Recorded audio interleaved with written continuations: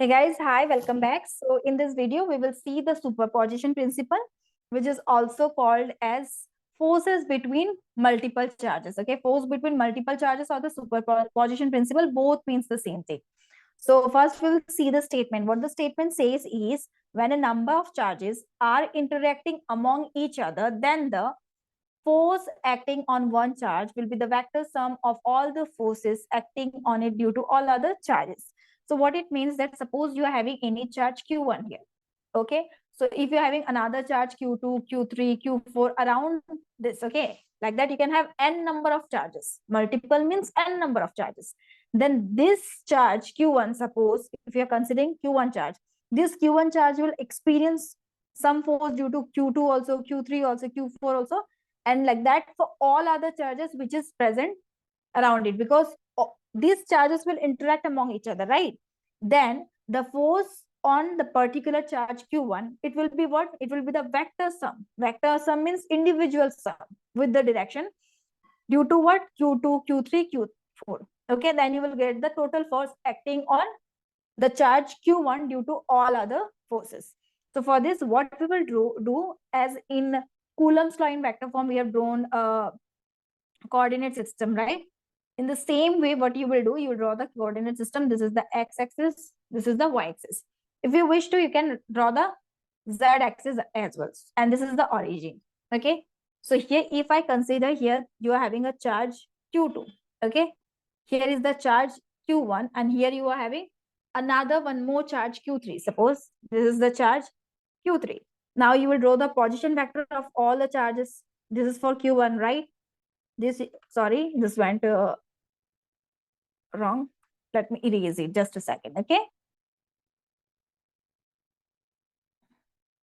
Now you see, similarly, you can draw the position factor for all, right? This is your R2, right? This is the R1 position vector. Similarly, you can draw R3 as well, okay? So this is R3. Now you see, if you consider Q1 is, this is Q2, okay? This is Q1, this is Q2, and this is Q3. So Q1 and Q2, Q3, all are positive. So when force will be acting on which charge? Q1 charge. Due to which charge? Q2 charge. So obviously the force will be in this direction, right? The force will act in this direction because it will repel. So force on 1 due to 2, okay? Similarly for Q3, if you will draw, it will be in which direction? It will be in this direction, right? The other direction, there is force on, this is force on what? Charge 1 due to charge 3, because it will repel. Now, the other position factor, how you can draw? The distance, okay? The separation between the two charges, R. This you will take as what? R from 2 to 1, right? And from this side also you can draw, right? It is from R 3 to 1. This is the position vector this way. This is in this direction. I think this is clear for you. It's quite messy, but I think it's clear. If you're not understanding, I will just give one more display, a clear picture of it, okay? So I think this is easy. If you know vectors, then this is going to be very easy for you, okay? So now this was the explanation of the figure. Here you are having 3 coordinate system. You have just drawn the position vector, okay? If you want, I can highlight it with other color as well. I'm explaining it once again, okay? The figure. So here if you see in this case, okay, I've considered this charge to be Q1, this charge is Q2, and this charge is Q3, okay? We will calculate the force on Q1 due to charge Q2, Q3, and n number of charges we have taken. But I'm just doing 2 more charges here. Otherwise, the figure will become quite complicated. Now, from the origin, I have taken the position vector of Q2, Q1, Q3, which is R1, R2, and R3. And similarly, the distance or the separation between Q2 and Q1, as on the charge Q1, the force is acting, right? Due to the charge which Q2. So it is force on 1 due to 2, okay? And the position vector is R21, which is the distance between these two charges. Similarly, for Q3, you are taking as the charges are what? Positive, so it will repel. So force will be on this direction. This is the force on 1 due to 3. And the direction, position vector is R31. In this way, we have seen, okay? Clear? Now we will calculate the superposition principle. Using the superposition principle, we will see the force. Now, what we'll write? Then, according to what? Then, according to the superposition principle. Okay, then according to the principle of superposition, what you will write here? The total force on charge Q1. The total force on charge Q1 is, it is denoted by F1. It will be what? The vector sum of what? Force on the charge 1 due to 2 plus force on the charge 1 due to the charge 3, force on the charge 1 due to the charge 4, and plus force on the charge 1 due to the charge n. Clear? So this is your equation 1. Okay. Now by Coulomb's law, you can write what? The force. By Coulomb's law, what you will write?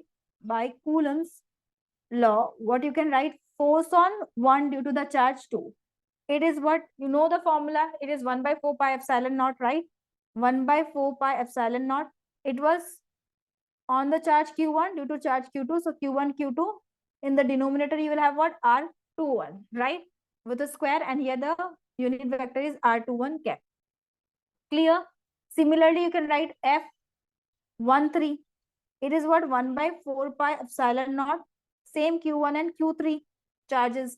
R31 square, R31 cap. Similarly, what you will write for R14 also you can write. Okay, it is 1 by 4 pi epsilon naught.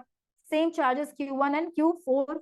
This is R41 square, R41 cap. Dot, dot, dot you can give, and you can write force on the charge 1 due to the nth. So for that also it is 1 by 4 pi epsilon naught, right? Here you will have Q1, Qn by what? R. This time here what you will have? Same thing, na? N1 square. This is Rn1 cap. This is for all the n number of charges. What is the force? Okay. Now you will use all these values in which equation? Equation 1. Okay. So what you will write? Therefore, equation 1 gives. Substituting all of this, what you will get? F1 will be equals to what? First is F12. The value was what? 1 by 4 pi epsilon naught. Q1, Q2 by R. This was what? R21 square. This is R21 cap. Similarly, 1 by 4 pi epsilon naught, right? This side charge 1 was there. Here charge 3. R31 square, R31 cap. I'm not writing more. Last one I'm writing 1 by 4 pi epsilon naught. Q1, Qn, Rn1 square. And here you're having Rn1 cap. Okay. So in all of this 1 by 4 pi epsilon naught, that is K, is common. So I'm taking 1 by 4 pi epsilon naught common. Also Q1 is common. So I'm writing Q1 also common. And what you will have inside? Q2 by R21 square, R21 cap. Similarly, Q3 by R31 square, R31 cap.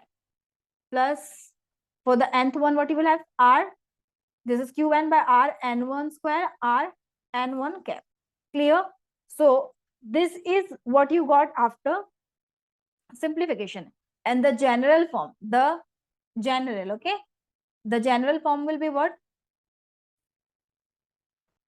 So how you will write the general form? To write the general form, you can just see this from this particular equation, okay? It's very simple. From this equation, you can just write F1, okay? General form for this particular equation is, this is Q1 by 4 pi epsilon naught, right?